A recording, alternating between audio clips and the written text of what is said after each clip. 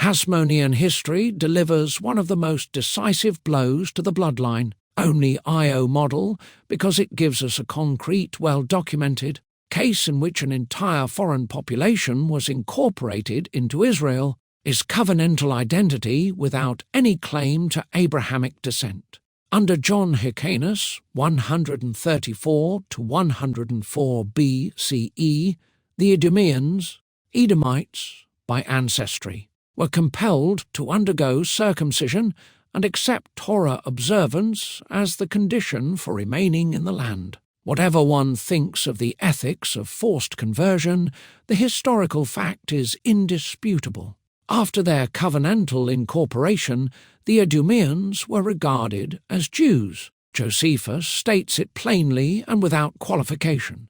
They were hereafter no other than Jews. Antiquities 13, 257 to 258. In other words, in the eyes of Second Temple Judaism, covenantal assimilation, not genealogical origin, defined communal identity. This is crucial because Josephus himself is writing as a deeply embedded participant in Jewish identity discourse. His statement is not a casual remark. It reflects standard Jewish understanding in his own time. If an Idumean could become a Jew through Torah incorporation, then covenant identity in the Second Temple period was flexible, legal, and cultic, not reducible to bloodline.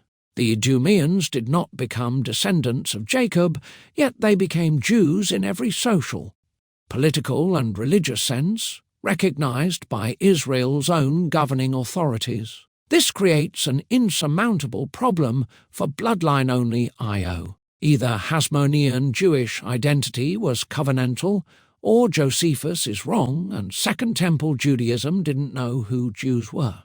In the bloodline-only model of IO, Edomites can never become Israel under any circumstances. Yet historically, Edomites did become Jews, participated in the nation, and even rose to its highest leadership.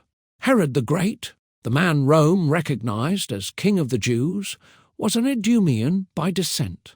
If genealogical purity were the immutable boundary of Israel, then the Herodian dynasty, the Hasmonean expansion, and Josephus's own affirmation of Idumean Jewishness would be incoherent or impossible.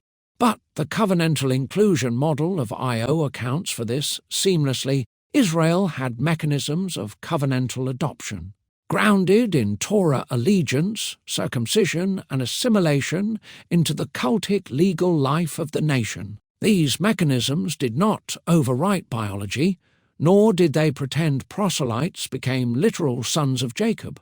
Instead, they created a real covenantal identity recognized as fully Jewish within Israel's own political and religious structures. History confirms that this category existed and was operative. Thus, the Hasmonean conversions are not an anomaly.